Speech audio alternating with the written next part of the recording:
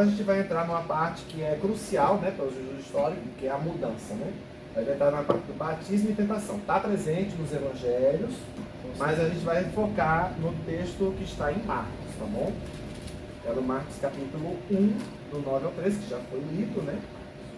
E a gente vai falar um pouquinho sobre isso. Marcos vai comentar sobre Marcos. Agora o Marcos vai comentar sobre ele mesmo. Brincadeira. Né? Ele está falando de Jesus, né? Não dele mesmo, mas enfim. Bom, no batismo aqui, né? Ele vai ao encontro ali do João Batista, que a gente já até citou ele antes, né? E uma coisa interessante é porque essa é a pergunta que eu não quero calar. O João Batista já sabia que Jesus era o Messias? Ele já estava ali para... Porque ele estava anunciando que viria. Ele sentiu ainda lá no ventre, como a gente já citou antes, mas ele adulto, ele tinha noção de que seria o primo dele, o Salvador, o Redentor? Sim, eu acho que ele já tinha conversado com Jesus. Eu acho que sim, mas eu acho que não tinha 100% de certeza. É isso, porque querendo querendo ou parece que ele não, levou um espanto, né, quando ele vê Jesus. porque querendo ou não, ele recebe do Pai bora dizer, um raio-x de quem seria o Salvador do mundo. Aquele que o Espírito Santo descesse, né? Foi comprovado então no batismo. Foi no batismo. batismo. Então, querendo ou não, mesmo se ele fosse dado pela família como Salvador do mundo, a família não ia acreditar até um certo ponto. Principalmente João Batista, depois dessa revelação de Deus, o falar, dizer que quem seria quando o Espírito descesse sobre ele. Né? E testemunhou a Trindade, né? O Espírito Santo, o Pai e o Filho estava próximo. Então a gente vê a Trindade. Então ele disse, realmente, esse é o Cordeiro de Deus que tira o pecado do mundo. Então, de fato. Isso é verdade. Agora, dessa parte aí do João, eu acho que a parte que ele mais se sentiu assim, eu acho que foi quando ele percebeu isso. Ele percebeu. Na hora, você percebeu de uma forma que ele até cita aquela parte, né, com Jesus. Ele falou, não, você que tem que me batizar. Ele queria, porque ele não se achava digno, né? Ele falou assim, você que tem que estar me batizando. Não é o contrário, né? Mas Jesus fala, não, você tem que me batizar para que se cumpra toda a justiça. Isso, né? Então, assim, esse momento do batismo de Jesus, né, ele já ocorre quando Jesus já tinha na faixa dos seus 30 anos, né, de idade. Então, assim, Jesus viveu uma vida, digamos assim, normal. Claro que Jesus já tinha demonstrado potencial, né, uma criança já com um alto nível de conhecimento das Escrituras, né, de sabedoria, desenvolveu seu trabalho de maneira normal com seu pai, mas ele ainda não havia começado o seu ministério de fato, né? E aí, quando ele chega no Rio Jordão, enquanto João Batista, e aí pede para ser batizado, o Espírito Santo, o céu se abre, o Espírito Santo desce sobre ele em formato de uma pomba, né? Tanto que aí até hoje é utilizada a referência, o símbolo do Espírito Santo, muitas igrejas usam isso também, é o formato de uma pomba descendo, né? Então, Cristo, ele é batizado e aí logo após isso ele é conduzido diretamente para o deserto, né? Que é aí no deserto, que é onde Jesus vai ser tentado por Satanás e tal, e muita gente vê assim, o deserto como se fosse uma espécie de abandono de Deus. Já escutei até gente falando assim, sendo que o deserto era um momento em que Jesus iria passar, digamos assim, o seu test drive para iniciar de fato o seu ministério. Test drive, eu gostei! Não, mas é autoescola, tanto que muita gente hoje, até É reprovado. E hoje em dia até a autoescola tá até parando, né? A autoescola vai ficar complicado. Mas voltando, né? Aí até o irmão Lázaro fala que o deserto é a escola de Deus, né? E que assim, não foi um sinal de abandono de Deus de forma alguma, mas era uma preparação para o que Cristo iria fazer e o que estava por vir, né? Mais para frente, né? Então assim, aí tem algumas aplicações, né? Que, por exemplo, a aprovação de Deus, né, mesmo sabendo que Jesus era o filho escolhido, determinado para executar aquela missão, ela não vem isenta de batalhas, não vem isenta de dificuldades. Então você, meu amado irmão, amado que está ouvindo aí, você se considera um chamado por Deus, mas saiba que você vai enfrentar dificuldades, né, em meio a esse caminho, vai enfrentar obstáculos, vai enfrentar provações, tentações, né, porque o inimigo sabe onde você é mais vulnerável, mais frágil, né? Naquele momento Jesus sentiu o quê? No deserto, sentiu sede, sentiu fome, né? E aí o diabo chega onde Jesus estava mais vulnerável naquele momento, porque o inimigo é sagaz. O inimigo, ele é astuto. Ele sabia qual era a necessidade de Jesus naquele momento. Então ele falou assim, se tu és realmente o Filho de Deus, transforme essa pedra em pão, né? Para que realmente se prove que você é o Filho de Deus. Então assim, Jesus fala assim, ó, nem só de pão viverá o homem, mas de toda a palavra que saía de Deus. Né? Então já foi o primeiro momento. E aí no segundo momento o diabo tenta assim, ó, mostrando os reinos, mostrando tudo aquilo que o orgulho humano, de certa forma, ele almeja, né? A questão do poder, a questão da conquista, o império, né? Ele mostra tudo, sendo que é uma ironia mostrar isso para Jesus, sendo que Jesus já é praticamente o dono de todas as coisas, né? Ele já é o todo mundo, todos os impérios pertencem a ele, só que naquele momento ele estava na condição de homem, ele estava na condição de servo, né? Disposto e preparado para executar uma missão, né? E aí ele oferece e em nenhum momento Jesus se mostra inclinado a aceitar aquela oferta que Satanás ofereceu para ele, né? E depois em outro momento ele fala assim, ó, se jogue desse penhasco, né? E se você for realmente o Filho de Deus, os anjos vão vir te salvar. Então, assim, aí Jesus realmente já veio e sabe, tá bom, já vou me livrar desse abuso aqui. Aparta-te de mim, Satanás. Aparta-te de mim, Vocês Satanás. perceberam que o diabo primeiro ele ataca a natureza humana de Cristo, como você falou, que o ser humano mais sente desejo, né? Pão, Sim, comida, sim. A necessidade básica, necessidade. fisiológica, né? do Isso, ser e humano. depois ele ataca a natureza divina. Não, porque querendo ou não, porque Jesus estava no deserto. Né? Jesus estava passando pelo processo de flagelação, processo de dificuldade. Então Satanás, a pessoa pensa assim, Satanás vai me tocar naquilo que eu tenho em abundância. Não, ele vai tocar naquilo que você tem menos escassez. Mais Né? escassez. Mais escassez, né? E precisa mais. Então, Satanás foi no objetivo que era o quê? Primeiro, pão e água, né? Que era uma necessidade que Jesus tinha naquele momento, porque estava passando um período de extrema seca na sua garganta, porque estava no deserto. Imagina você no deserto, um sol de, sei lá, 40, 45. Às vezes até 50. A gente está aqui quase no 50. Nordeste, irmão, com a água aqui do E lado. o ventilador aqui. Sensação térmica Na de bebida 50 é graus. Mas existe muito questionamento a respeito disso, porque você sabe que cientificamente é comprovado que um ser humano só sobrevive 3 dias sem água e 20 sem se alimentar, né?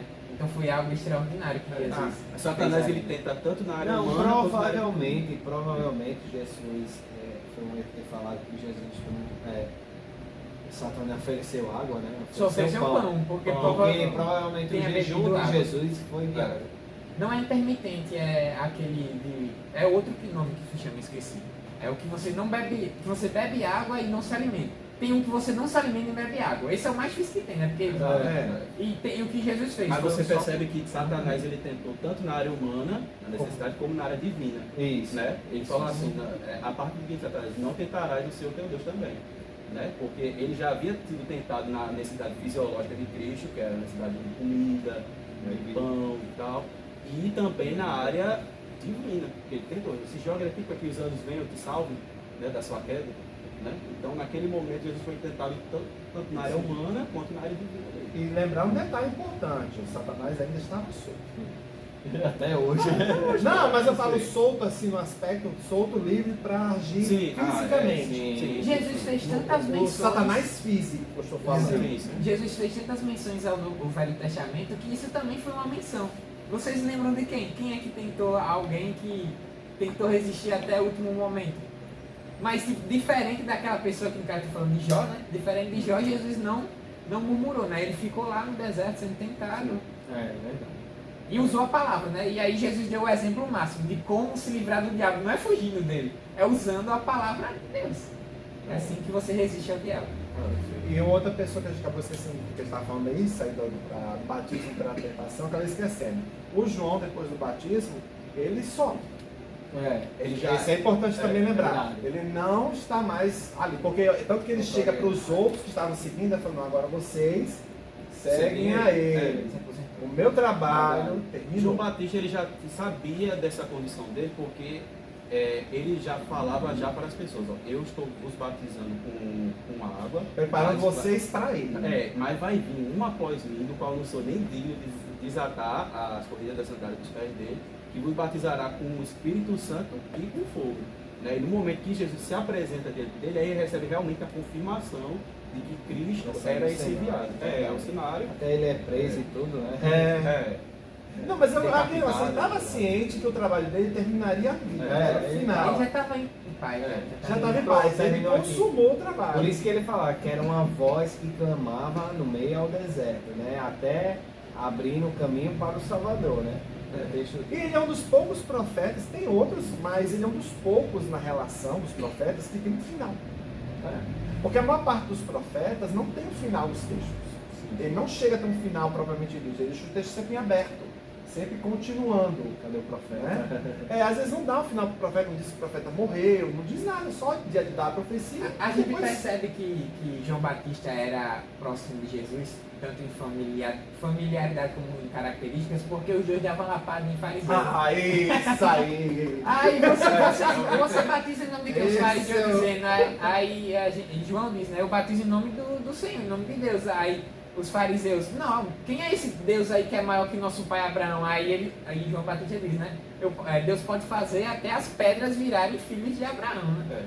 Foi uma lapada da pedra, né? Ele era fino. Foi direto e objetivo, né? Ele sempre teve esse perfil mais, vamos assim, mais áspero, vamos assim, né? Com os fariseus, principalmente. Os fariseus, ele não se dava muito bem, não. E tanto que ele acabou sendo decapitado. Isso foi a causa da morte dele. Foi esse ódio que ele gerava nessas pessoas, assim. O ódio ainda mais foi porque ele acusou, né, a mulher do próprio rei de Seixo. Então ela ficou com raiva e disse, eu quero a cabeça desse infeliz. Aí ele foi lá e disse, Não, e o triste é que Jesus sabia de tudo, né? Jesus sabia todo o processo, o que aconteceria, os momentos, então tá assim, né? E você saber que ali é a última vez que você vai ver a pessoa que é da sua família, de certa forma, né? Que é da sua família, está ali, dedicou a vida inteira dele nesse ministério, saber que a pessoa vai morrer, depois você sair dali. Né? Então, assim, eu vejo assim, uma situação muito triste. E depois ele faz como se fosse literalmente uma carta de amor, né? Falando muito bem do João Batista. Né? Ele faz todo aquele discurso bonito, falando assim. E o João Batista de volta faz a mesma coisa, manda a mesma mensagem de amor de volta para Jesus. Jesus diz, né? Nenhum profeta foi maior do que João Batista. Aí ele faz, uma das descrições assim bíblicas da parte de Jesus que eu acho uma das mais bonitas, essa carta de amor com o João Batista. Imagina Deus, o próprio Jesus falar bem assim de você. Nossa, mãe. O irmão ia estar com o ego lá. Por isso que ele não fala. ele dá asa cobra. Bom, gente, aqui a gente termina essa primeira parte, né, do texto. Bom, agora que falamos da origem de Jesus, da historicidade, da palavra e de todos esses fatos, agora vamos entrar na parte ministerial de Cristo, né? A qual ele inicia o seu ministério e, na verdade, ele inicia o seu ministério com milagres, né? Com um milagre e seu milagre, ele, tipo assim, não foi proposital, não foi intencional, né? Jesus não tinha intenção de fazer o milagre. Mas, como foi, assim, o caso da mãe dele, ele acabou fazendo, né? E do qual eu tô falando seria das bodas de Caná, né? Jesus, ou entre aspas, a sua família é convidada a participar de uma festa de casamento, né? Lá na Galileia, lá em Caná, né? E o que acontece nessa festa? O povo está se divertindo, como em todas as festas, e como na tradição judaica, tem vinho. Onde tem festa e tem judeu, tem vinho, né? A gente sabe disso. E o que acontece? Depois do povo festejar e tudo mais, chega um momento que acaba o vinho. Então, Maria, que é a mãe de Jesus, ela vai pedir para Jesus, né? Porque o mestre de festa fala para Maria que não tem mais vinho e tudo mais. E a gente sabe que Maria, como aquele casamento está sendo realizado por parte da família dela, né? De parentes distantes, ela acaba se preocupando. E ela pede para quem ela sabe que vai resolver o problema, que no caso é Jesus, né? Então ela fala, acabou o vinho. E Jesus manda uma resposta icônica, né? Que tenho eu contigo, né? Sabes que ainda não é chegada a hora, né? Ele diz essa frase porque sabe que o ministério dele ainda ia se iniciar, né? Mas a gente vê que acontece o primeiro milagre. E Jesus, ele acaba transformando a água das calhas, que na verdade eram um lugar onde se lavavam os pés, ou seja, tinha água suja ali. Água suja dentro de tanques. E Jesus vai e transforma essas águas sujas em tanque, né? E o interessante é que depois dele realizar esse milagre, o mestre das cerimônias, né, que é o organizador da festa, ele disse: vocês guardaram o vinho, o melhor vinho para o final, né? Ou seja, Jesus fez com que água suja, água ruim virasse o melhor vinho, um vinho de primeira qualidade. E para localizarmos, né, a questão dos milagres da Bíblia, nós vamos falar a respeito de 4 iniciais, né? O primeiro será da Bodas de Caná, na Galiléia, que está em no capítulo 2 de João, né?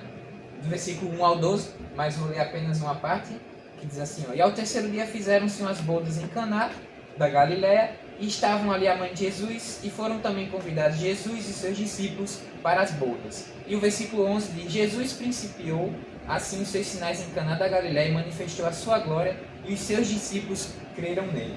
O segundo milagre, subsequente a esse, será com o nosso irmão Renan, a pesca maravilhosa, que se encontra em Lucas, capítulo 5, do 1 ao 11. Você pode ler uma passagem só para situar. Falando um pouco sobre esse milagre específico que se encontra em Lucas 5, 11, eu vou só ler para a gente sintetizar o texto, porque o texto é muito grande. E fazendo assim, colheram grandes peixes e quantidade de peixe, e rompiam-se-lhe a rede. Nesse milagre específico foi quando Jesus chega próximo ao lago de Genezaré, a qual Jesus diz assim: jogue a rede. E os discípulos estavam: não, já joguei desse lado aí, os peixes não passaram, tal. E Jesus joga de novo.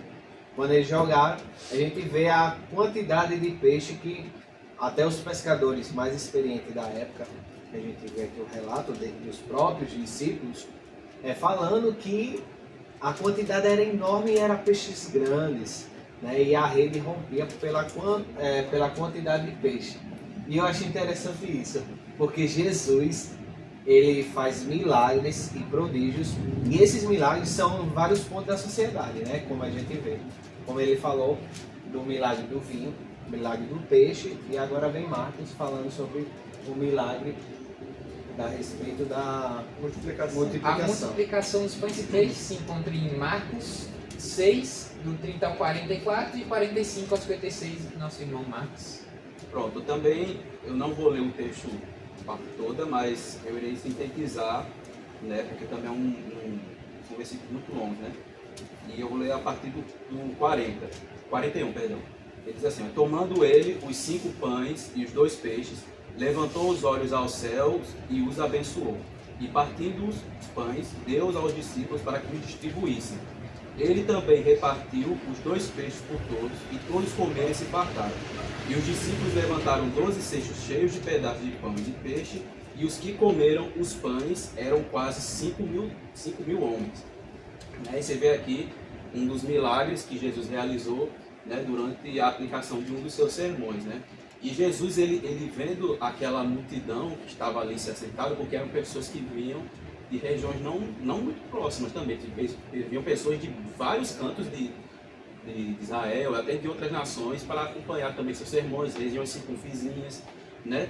E Jesus, sentindo um pouco de compaixão, de pena daquela multidão, ele falou assim: eu não posso despedir esse povo, porque senão eles podem padecer no meio do caminho, com fome, desmaiar, acontecer alguma coisa, né? E aí o milagre, ele acontece quando diz assim: o que vocês têm aí? Aí os discípulos aprendem: nós temos 5 pães, apenas 5 pães e 2 peixes, não dá para alimentar esse povo. E foi dado por uma criança. Sim, foi, exatamente. É o que tinha, né? Mas aí a gente tem uma aplicação, né? Porque Deus, ele não pede o que você tem, né? Ele não pede o que você tem, ele pede o que você entrega. Aquilo que você entrega na mão dele é uma aplicação prática e profunda. Aquilo que você entrega na mão dele tem a capacidade de abençoar, multiplicar e fazer prosperar cada vez mais. E esse é o sentido da multiplicação dos pães e dos peixes, né?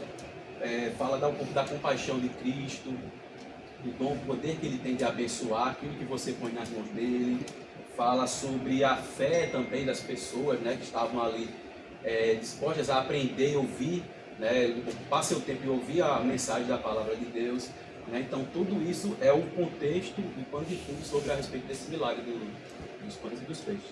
E por último, e não menos importante, fazendo citação também de Mateus 8, do 5 ao 13, que seria, no caso, a cura do servo / filho centurião de Cafarnaum para o nosso irmão Leandro. Amém.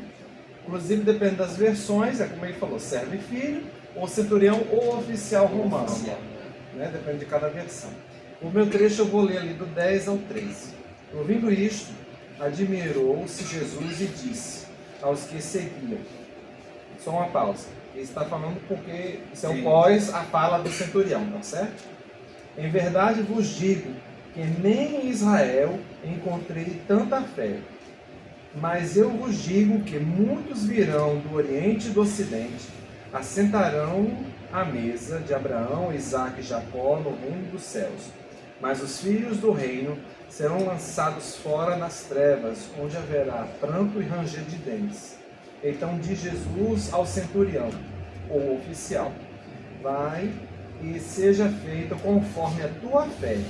Naquele mesma hora, o seu criado, servo ou filho, foi curado. Amém?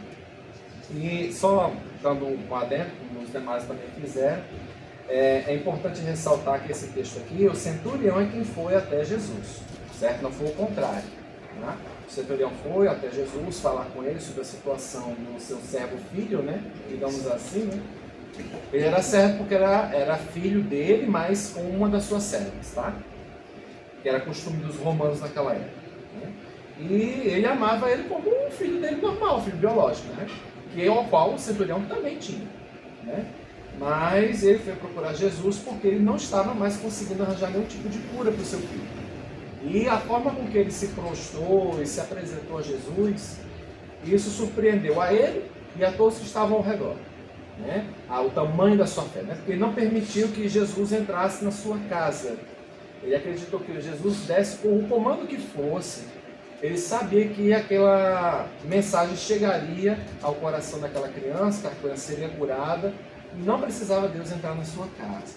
Quando ele disse isso, eles se surpreenderam, né? E o próprio Jesus foi e citou essa parte do texto que eu li, né? Porque ele não tinha visto uma pessoa com tanta fé como aquele homem ali ainda. Entre os seus próprios irmãos, entre seus próprios que estavam não só ali com ele naquele momento, mas em toda Israel. Ele deixa isso muito claro no texto bíblico. Né? Interessante que existe uma diferença entre os três, no caso o meu, o seu, o dele, referente à multiplicação dos pães, a água em vinho, né, e a do centurião, referente à diferença entre a da pesca maravilhosa. Porque nesses três, as pessoas vão até Jesus. Só que no multiplicação dos peixes, né, da pesca maravilhosa, Jesus foi até eles, né? Para no caso eram seus discípulos, né, que ele ia fazer para poder ir junto com ele nessa caminhada que seria bastante longa, né? E essa é a diferença principal entre os três e ele, né? Agora entrando nos milagres, né, mais propriamente dito, né? A gente vai começar com o seu, né, com os primeiros, né? Aí as pessoas falaram assim, meu Deus, Jesus, o homem da festa. O milagre acontece numa festa, né? Porque as pessoas ficam imaginando, falando, nossa, que local impróprio para acontecer um milagre, né? Porque as pessoas esperam um milagre, que a gente vai entrar no tema milagre, porque isso tem muito a ver. As pessoas esperam um milagre no templo, na igreja. Mas o primeiro milagre não foi numa igreja, foi uma festa na casa de alguém. Agora aqui. A visão das pessoas com relação a milagre... escolhe lugar, né? Milagre. Exatamente. Não, e outra coisa, foi uma festa, um contexto simbólico, um momento de alegria também. Jesus gosta de festas. Jesus gosta de participar de Eu não gosto de farra. Farra já é outra coisa. Mas é ali coisa. não era uma farra, era uma festa. É uma festa. Por mais que tinha bebida Mas- e tudo Mas mais. entende o que eu estou dizendo? Eu estou dizendo que Jesus não gosta de farra. Mas ali não era uma farra. Era uma festa. É porque a compreensão das pessoas, Isso. o carnaval, você está pensando, né? Eles comparam, mas o carnaval também é uma festa, mas não é bem uma E festa. era uma forma- festa de casamento, né? É. Não era uma É, festa... Era a celebração de Não é uma coisa comunhão. né? pagã. É uma celebração de comunhão. Então Jesus gosta desse contexto de alegria, de cumplicidade, comunhão. Não, e não era pagã. Tem que lembrar que esse detalhe é importante. Não era também tem pagã. isso, Era tem isso uma também. festa de Já casamento dentro da crença deles. Já puxando um adentro, é interessante porque era costume ter festa de casamento, mas Maria e José não tiveram festa de casamento. Não tive. Pelo relato. E José e Maria. que era Por conta muito daquela pobre. situação. Não, além do relato da pobreza, tem aquela situação de ela ter feito fora do casamento. Então, alguns parentes ficaram meio contra ela. Entendeu? Por conta da situação toda. Né? Tu acha Ela não quem teve. ficou contra ela? Tu acha assim? A família dele, com certeza. A família do José, não tenho nem dúvida, porque se ela fosse fazer o casamento, a família do José não compareceria. Quando ela foi para Belém, a família do José mora em Belém. Mas E eles não habitaram a a casa dos família de pais. José, eles sabiam que ela estava grávida antes deles Sim. casarem, sabia, né? Sabia, Abriu claro. a barriga, né? Você acha que ele vai sem avisar? Eles mandam mensagem. Não tem aquela cena que Jesus recebe mensagem, o mensageiro falando sobre Lázaro? Eles mandam a mensagem antes para as pessoas. Ali é uma demonstração que a mensagem chega antes da pessoa. Entendeu? Ele avisa, ó, estou indo para tal local, porque eu vou residir aí por alguns dias. E a gente vê que o milagre ele foge da coisa natural, né? Ele é uma coisa sobrenatural que ninguém explica. Porque o milagre é isso, o milagre é você mover esse corpo para cá sem precisar da ajuda da física, né?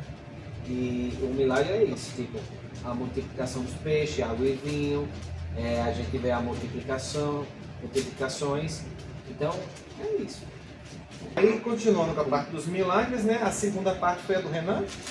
Foi, não foi? A dos milagres, né? A Pronto, do falando Renan. milagres, agora é qual? Não, a gente já está em milagre, só que no caso a sua pesca maravilhosa, né? Que é a situação. Você está falando de cada um dos textos. Né? Aí a sua foi a pesca maravilhosa. E também é um dos textos mais conhecidos também, né?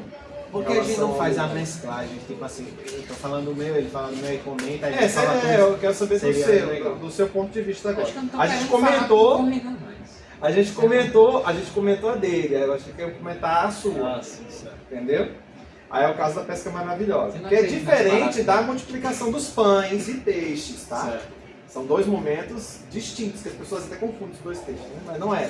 Pesca maravilhosa é o que o Renan falou, que é a parte de jogar a rede, puxar o peixe, aquele processo todo. Já dos pães e peixes é outra situação. Diferenciado. Mas em ambas as situações, vocês perceberam que os milagres, boa parte deles, exceto do centurião, tem a ver com comida? Peixe, Já percebeu? multiplicação de peixe. A multiplicação de peixes, verdade. pães e peixes, a própria outra festa, bebida, né? a bebida. Bebida e comida. Sempre está ligado a isso. Aí o pessoal vai dizer, é uma questão cultural também? Em parte é, os hebreus têm esse costume A festa deles é desde também. a época de Moisés, né? Sim, vocês Cego. estão falando, mas o que eu achei interessante é que os milagres mais conhecidos têm a ver mais com comida. Entendeu? A maior parte dos grandões, os principais, chamam muita Comida, atenção e envolvem comida e muita gente.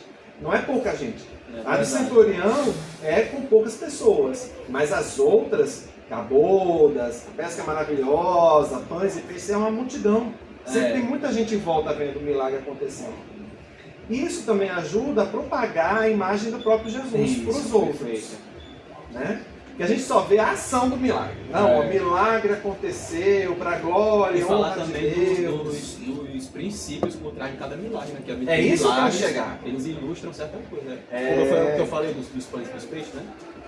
Aí, qual é o princípio que você acha assim, que tem a ver ali? A pesca maravilhosa. O amador do irmão Renan.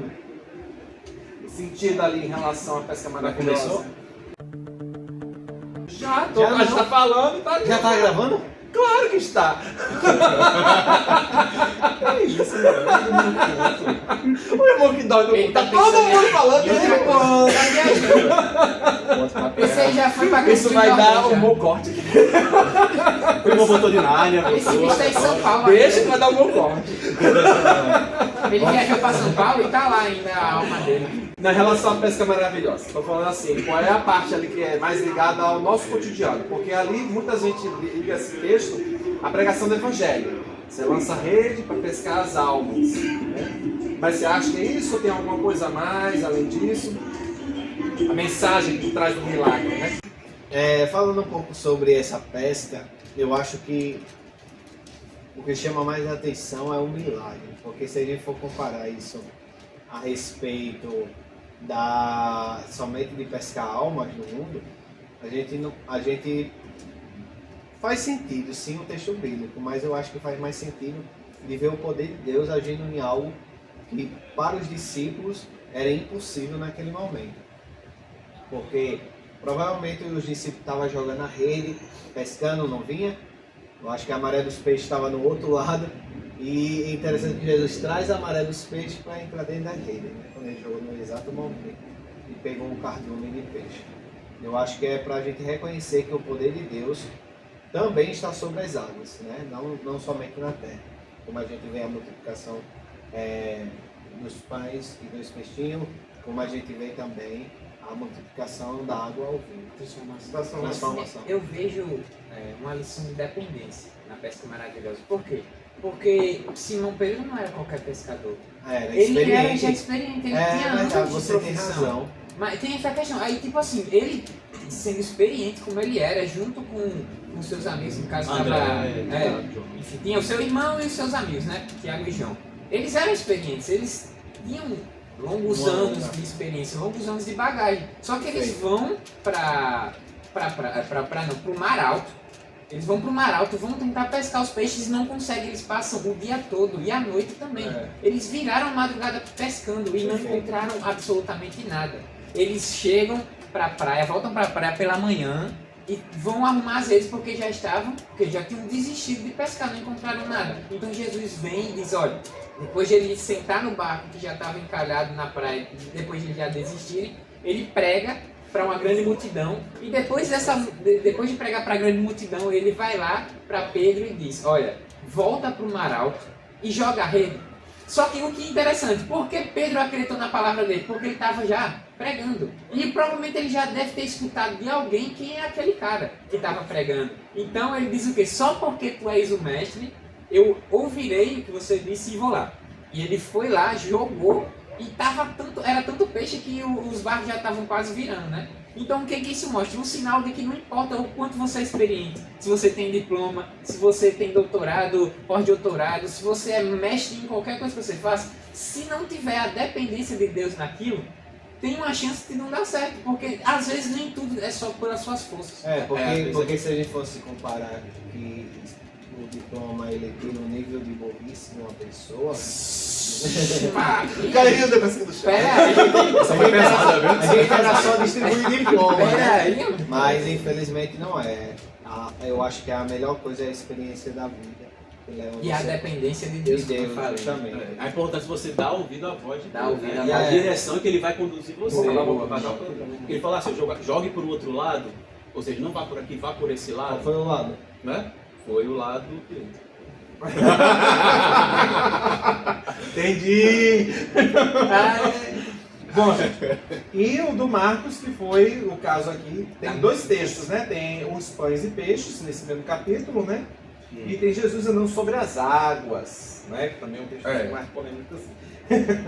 O do pães e peixes, ok, é um milagre, ali que a gente já meio que espera. Mas Jesus andando sobre as águas e o outro gritando que viu assombração.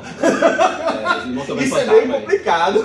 Peraí, ok? Eu acho, não sei dizer o que é ok. O que é ok? Você vê um monte de peixe sendo entregue a mais de 5 mil pessoas? Eu não acho que isso é ok. Não, mas eu tô falando assim, não, mas entenda, o mesmo texto está um milagre clássico, normal. Do outro lado, do mesmo texto, tá um cara que tá com medo de um fantasma, quem não sabe que é um fantasma. Jesus anda sobre as águas. Tipo, ele viu o que aconteceu e tá no mesmo depois capítulo. No mesmo capítulo, isso tudo acontecendo. Você imagina a confusão que a pessoa que tá lendo. Aí, como eu havia explicado, né, tem todo esse contexto da multiplicação dos pães, dos peixes, da questão da compaixão de Jesus, da capacidade que Jesus tem de abençoar e de multiplicar aquilo que você entrega nas mãos dele. Né? Também a questão de Jesus, ele suprindo todas as necessidades daquele povo naquele momento, né? Tanto espiritual como também física, né? Porque aquelas pessoas estavam ali sendo alimentadas espiritualmente através da doutrina de Deus, que ele estava ensinando, né? Aplicando um sermão, mas também ao mesmo tempo ele viu a necessidade física daquelas pessoas, que elas tinham que se alimentar, né? E aí a partir daí ele falou assim, o que vocês têm aí à disposição? Estou tendo 5 pães e 2 peixes. E a partir daí, aquilo que eles entregaram na mão dele, ele abençoou e multiplicou. Ele ergueu para o céu, abençoou e multiplicou. E aí foi dito, diz aqui no texto, no versículo 44, que os que comeram eram mais de 5 mil pessoas. Aí você diga aí. Fora quem? Fora quem? Mulheres e crianças. Mulheres e crianças. E aí você diga aí a quantidade de pessoas para só 5 pães e 2 peixes inicialmente comeram, né? Tudo isso. E entrando já na questão do milagre, Jesus andando sobre as águas, né? Que você bem frisou aqui, né? Você vê aqui que os discípulos eles estavam lutando contra o vento, né? Eles estavam no mar ali, lutando contra o vento, a correnteza, o vento puxando contra, né? E aí Jesus vai ao encontro deles, e aí Simão Pedro, Bem longe. os discípulos, né? Bem de longe, já Todos se avistando. assustaram. Todos se assustaram, meu Deus, isso aqui é um fantasma? O que a gente tá vendo? O irmão que não tem coragem. Mas eu tenho certeza que todo mundo, qualquer um que tivesse ali, tinha que se assustar. Não, Não é impossível A você gente se ver assusta alguém. quando vê uma pessoa. Ia mas- se assustar de fato. a gente sabe quando vê uma barata voando. Aí dá. Quando a barata voa, não tem quem fique perto. Né? Aí mostra também, né? Jesus vindo ao encontro deles, é uma cena simbólica, né? Naquele momento de dificuldade, né? E Jesus, ao mesmo tempo que ele vai ao encontro deles, ele acalma também aquela tempestade, vê o Simão Pedro, convida eles a caminhar na direção dele, e aí Pedro começa a questionar, né? Pensando, meu Deus, eu tô afundando, e eu não sei o que fazer. E aí, naquele momento, ele cede, afunda, e Deus tira a mão dele e falou: por que você duvidou, homem de pequena fé? Né? Aqui mostra que essas crises, essas situações, essas circunstâncias que a gente fala, muitas vezes revelam o nível da nossa fé. E quão maduro eu e você podemos estar para enfrentar por uma situação de adversidade. Né?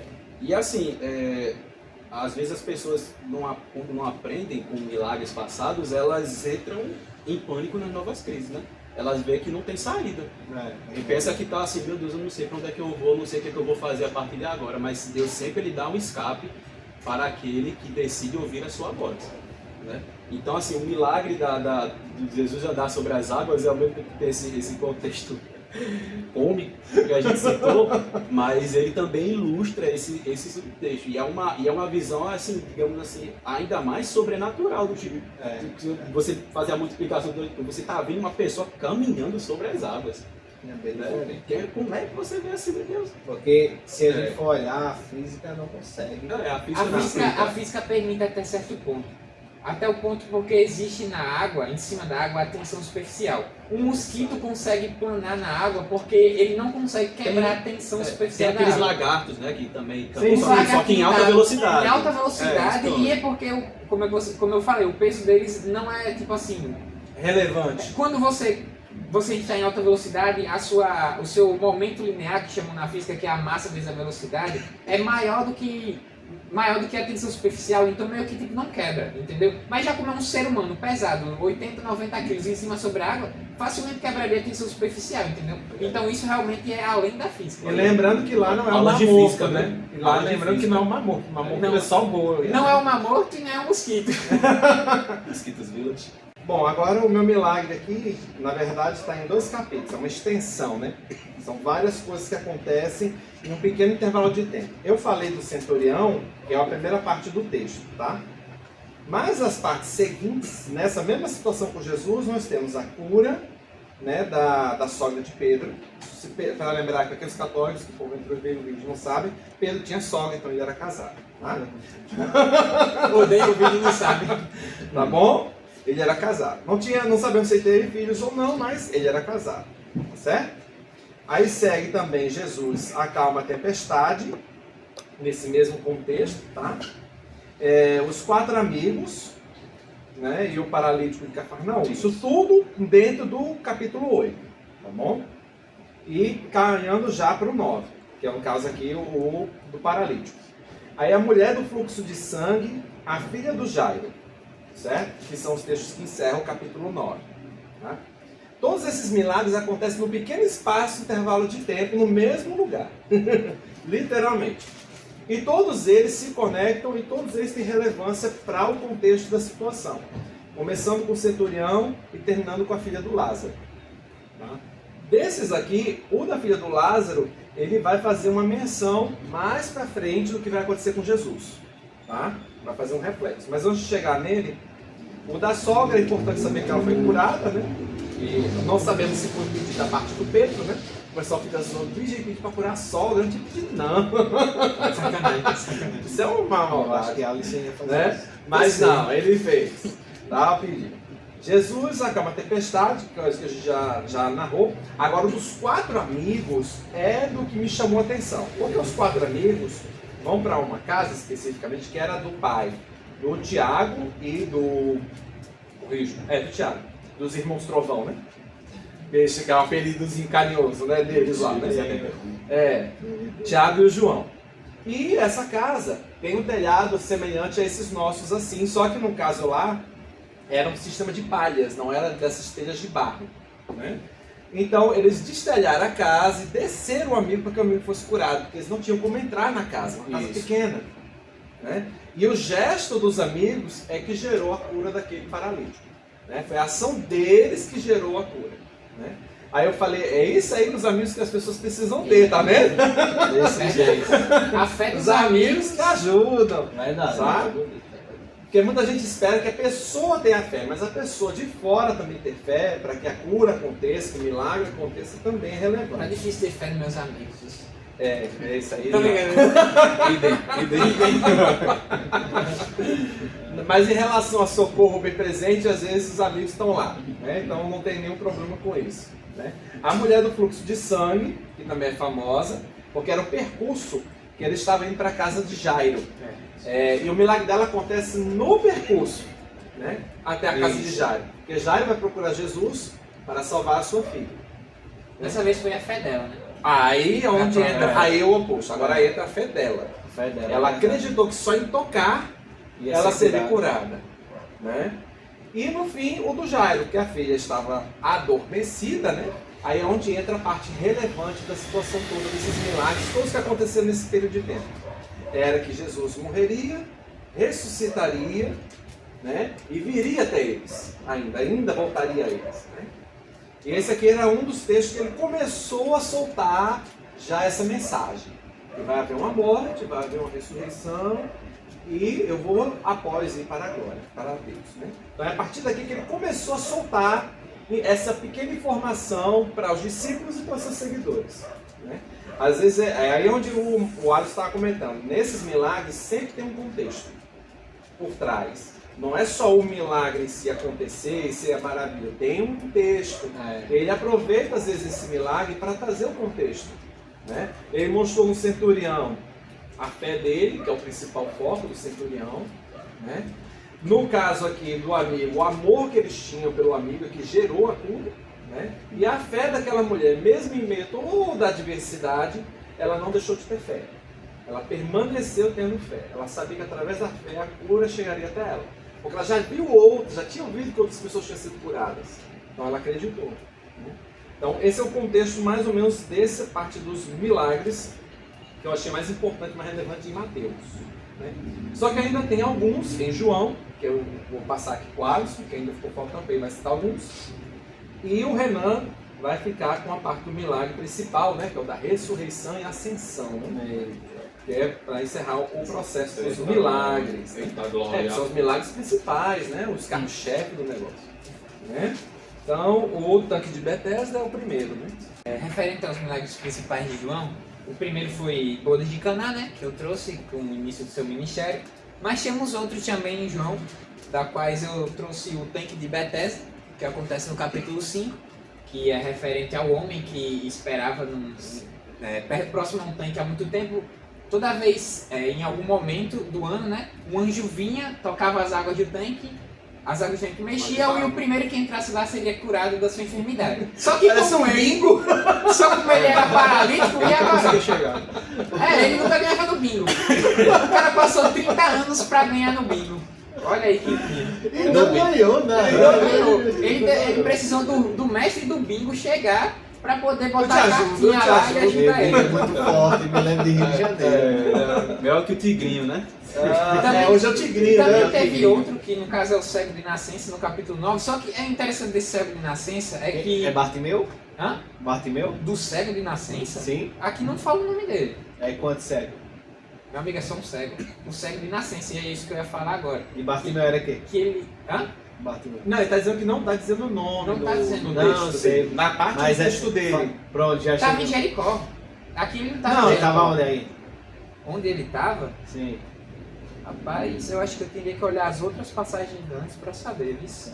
É porque está mais focado aqui na parte do milagre. É Porque o texto dele é focado no milagre. Milagre, é verdade. Esqueceu que é o de João. É, realmente. Porque a questão do cego de nascença... Porque, só um minutinho, porque no caso teria que ver os outros 3 livros para verdade. saber, porque esse texto está presente nos Verdade. outros também.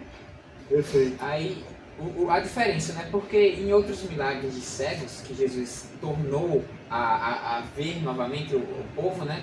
Que impedia, que acreditava, né? E tudo mais. Desse daqui é um pouco diferente da situação, porque o cego de nascença é aquele que não tem o globo ocular, entendeu? É como se tivesse tipo nascido sem, com a má geração, que nem a pessoa que nasce com o coração uma parte maior que o outro, só que diferente de nascer uma parte maior, não tinha. Tem o braço resseguido também dos milagres, né? Que também é nascença. Ou seja, isso é uma má formação do corpo. Não tinha os olhos, os globos oculares. Então Jesus untou, pegou terra, né? Untou com o cuspe dele, Muita gente misturou acha assim. nojento, né? Isso aí também. Muita gente acha Não, nojento. muitas das vezes tem tradições que não acham. Não, mas ele tá falando da maior sim, parte sim, da galera. Pega a terra, qual ele cuspiu, Que joga é o barro, né? o barro, É. pega a terra no chão assim, cospe, faz as bolinhas, coloca. Ele fez uma argila ali. Coloca Isso. no olho do cara e manda ele lavar. Na hora que o homem lavou. E é uma baita voltou. referência também pro Adão, né? Também, É mesmo, do pó. Do pó da Do pó. terra. E por último, que eu acho que é um dos mais impactantes que mostram, né, sobre Jesus, é a ressurreição do seu amigo Lázaro, né? Que a gente até citou. No É, Capítulo na 11, mensagem. né? Já Por quê? nessa parte da ressurreição, a gente vai falar da ressurreição e também da ressurreição de Cristo. Tá, mas a gente chega lá, a os gente chega dois. lá. Primeiro Lázaro e depois os Porque seus. o de Lázaro foi primeiro, né? Jesus estava... Onde é que ele estava? Em Jerusalém, né? Quando ele recebe a notícia lá de Betânia, das irmãs de Lázaro, que era Maria e Marta, que o amigo dele estava doente, adoecido, né? Então ele recebe essa carta e ele diz, calma que eu vou chegar. Ele está fazendo, eu não me lembro o que ele estava fazendo, mas ele mandou outra carta para Marta e Maria que ele ia chegar a tempo, né? Só que passou uns dias, 4 dias, não foi? Alguns dias e Jesus não tinha ido ainda para Betânia, então Marta e Maria mandam um mensageiro novamente dizendo que Lázaro já tinha falecido, entendeu? Então Jesus manda uma carta dizendo que ia. Quando ele chegou lá, ele encontra Marta e Maria chorando e até Marta disse, né, que se o Senhor estivesse aqui, meu irmão não teria morrido, né? Então, uma das palavras mais icônicas, mais lindas que eu acho de Jesus nesse livro de João é quando ele fala isso, né? Marta, o seu irmão há de ressuscitar, porque eu sou a vida, eu sou a ressurreição. Se crê em mim, então somente viverás, né? Isso é lindo demais, porque assim, por mais que você morra, se Jesus está ali, se Jesus é seu amigo, você vai ressuscitar, você vai viver, você vai, entendeu? O milagre vai acontecer na sua vida, então você precisa crer. E o que diz uma passagem é que Jesus chorou, creio que Jesus não tinha chorado nem pelo seu amigo ter morrido, né? Mas pela incredulidade do povo. E todos lá estavam abatidos, que mesmo Jesus estando no ambiente, talvez o povo estava incrédulo, né? O choro dele foi pelo amigo, o texto bíblico. Pode ser. Mas aí tem uma coisa, é pelo amigo presente ou amigo futuro? O amigo. Porque segundo João, é o amigo futuro, porque eles já estavam planejando quando ele ressuscitou a morte do Lázaro. Porque João ele narra assim que os homens daquela região tramavam para matar Lázaro, assim que ele ressuscitou. Então Jesus já sabia que ele seria caçado para ser morto. Já. Novamente, mas mas- assim, eu acho que a tristeza sim. da mente que está querendo dizer é das pessoas não aceitarem aquilo Pode ser. e Deus também chorar por esse motivo, porque ele sabe que o amigo iria morrer. Porque o milagre foi concedido, eu te dei vida de novo, mas você não vai durar muito tempo não. Você vai morrer. Já, mas a gente não vê nenhum relato bíblico falando que Lázaro foi morto. Não, ele apenas disse que eles tramavam É tipo para a que queria morte. matar Jesus, mas só Mas eu acho que provavelmente Lázaro fugiu, porque o primeiro milagre, a primeira vítima, né, do ministério de Jesus não foi o Lázaro. o próprio Jesus. Não, foi o outro, o que atiraram pedras nele. Estevão. Estevão foi o primeiro a ser morto como mártir. Não Lázaro. Sim, Estevão foi o primeiro mártir. Entendeu? Foi. Porque o Lázaro provavelmente conseguiu fugir da Sim. tentativa de morte, entendeu? Mas não quer dizer que ele não morreu. O Lázaro, uma hora, óbvio que ele morreu, né? Justamente. Ele estava sendo caçado, né? Ele estava tramando para caçar e matar o Lázaro. Então, toda aquela situação ali envolve muito emocional, né? Da pessoa. Né? Ele sabe que o Lázaro está morto, vai reviver, mas vai morrer. E ele não vai ter paz, nunca mais na vida dele. É verdade. Porque ele é o reflexo de salvação. Ele vai servir de ponto para mostrar exatamente a parte que você vai entrar. O reflexo de Cristo. As pessoas vão ver nele o Salvador. Ele é um milagre. Porque querendo ou É. não, o milagre da ressurreição de Cristo mostra algo diferente as demais ressurreição, né? Porque mostra Cristo ressuscitado com o corpo glorificado. Há uma diferença. Lázaro... E ele próprio, né? Justamente. E pelo, Lázaro... pelo que aconteceu também, na hora que ele morreu, antes de ressuscitar, por tudo que aconteceu, né? A terra começar a tremer, a gritar, a chorar, por tipo, mortos ressuscitarem dos túmulos, né? Sim. Por tudo que mudou antes e depois da morte e da ressurreição de Porque Cristo. querendo ou não, a ressurreição de Cristo é um marco para um novo modelo de vida, um novo modelo de Adão, né? Já diferente de Lázaro. Lázaro ressuscitou com o corpo corruptível. Cristo ressuscitou com o corpo incorruptível. Então, o milagre da ressurreição foi que ninguém ressuscitou a Cristo. Foi o próprio Deus que ressuscitou. Ele mesmo ressuscitou. Então, há uma diferença aí gritante, porque a ressurreição, ela não é algo mental, como muitos agnósticos falam, mas ela é algo físico, né? Por isso que a Bíblia diz, quando nós estamos mortos, estamos dormindo, no sentido de... E ele usa muito esse termo dormindo, né? Dormindo, para Nós que é um estamos eufemismo, né? Para dizer que, para não chegar assim, não morreu, sei o que tal. Mas a gente vê que na ressurreição ele disse, os corpos serão arrebatados e serão transformados na subida ao céu. Então há um corpo de glorificação, há um modelo de ressuscitação e há um modelo de glorificação. Primeiro é Tessalonicenses, né? Isso. Os que estão mortos ressuscitaram primeiro, nós ficamos e subiremos junto com eles. Ou seja, primeiro ressuscitam que morreu em Cristo. E o interessante é porque a gente não sobe antes deles, eles não sobem antes da gente. Primeiro eles ressuscitam, depois os dois sobem juntos. Agora é interessante que esse milagre da ressurreição posterior à próxima volta de Cristo vai ser interessante, porque quando a gente vê mortos ressuscitando, que já morreram séculos e séculos, que hoje não existe mais Sobra ossos, só o pó do o osso. pó da terra, né? Como a gente fala, como vai ser, né? Isso, como vai ser esse A milagre? gente imagina que é um corpo espiritual, não é um Justamente. corpo físico. Porque o corpo físico, a Bíblia deixa claro que o corpo que é de Gaia, que é terra, para quem não entendeu, o corpo que é de Gaia volta para ela. Não é dela que vou arrancar o corpo dela, não. O corpo volta para ela. Ela deu o corpo, recebe o Salomão já corpo de dizia volta. isso, né? Viemos de pó e é o pó retornado. Exatamente. Mas tá aí o ponto do versículo bíblico que vai falar que... Estou falando dos antigos, o Sim. corpo já está de volta, estou falando antes de Jesus. Não, isso. É, Quando a gente morre, o padrão. corpo já volta para o pó da terra. Mas estou falando assim, posteriormente, quando nós formos arrebatar juntamente com os mortos, os corpos, tanto dos vivos e mortos, serão transformados. Então, Isso foi um corpo justamente. espiritual. Mas eu estou dizendo assim, a terra vai dar conta daqueles que morreram muitos e muitos tempos. Né? Vai, claro. Então vai ser algo muito espiritual. E juntando, vai ser algo que a gente vai ver, meu Deus, aquele bicho. Só para sintetizar agora a respeito dos milagres que eu Já é falei, um bom né? ponto para a gente abordar depois sobre sobre o arrebatamento da igreja, né? Como vai ser esse contexto. Você merece. Lá para Apocalipse. Ainda tem chão, né? É. Mas só para sintetizar aqui, o que eu vejo na bodas de Caná, né? É que Jesus faz o que as pessoas acham que não serve de nada, que não tem mais utilidade, que é sujo, que é inútil para a sociedade. Ele pega aquilo e transforma em algo extraordinário. No tanque de Betesda, Jesus é a esperança, né? Para Isso. aquele que não tem esperança, para aquele que espera e nunca alcança. E como ele não podia alcançar com as próprias forças, Jesus era a sua esperança, né? E é interessante, Alisson, porque a esperança daquele moço que estava aleijado era no tanque, não era do Deus do tanque. Então, o Deus do tanque chegou ali. E ali, possivelmente, na narração histórica, vai falar que vinha um anjo e agitava, mas teoricamente muitos acham que ali era só um mito. Não vou entrar na parte do mérito, se é ou não é, porque ele se agitava e saía curado, né? Então, possivelmente acontecia milagre ou não. Porque imagina o cara na fila e quando o anjo vinha, ele pulasse lá no tanque e ia morrer afogado se não fosse curado naquele exato momento. E outra também, as curas são muito ligadas à sua fé.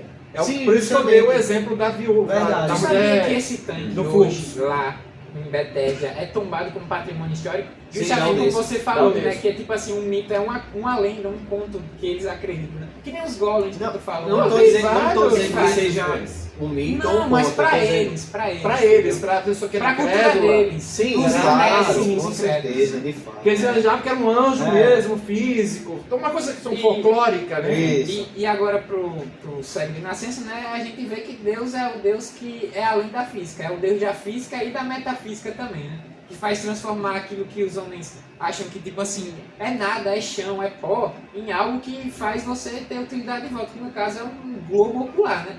Porque qual é a física hoje? Até a física molecular não tem capacidade de fazer uma reconstrução tão incrível assim, de fazer um cego de nascença voltar a ver, né? E por último, a ressurreição de Lázaro, que a gente já sabe que é algo extraordinário, porque ressurreição é ressurreição, né? Justamente. Pronto. Definindo isso, vamos dar um encerramento, né, dessa segunda fase, né, que é dos milagres, e seguimos para as parábolas na próxima.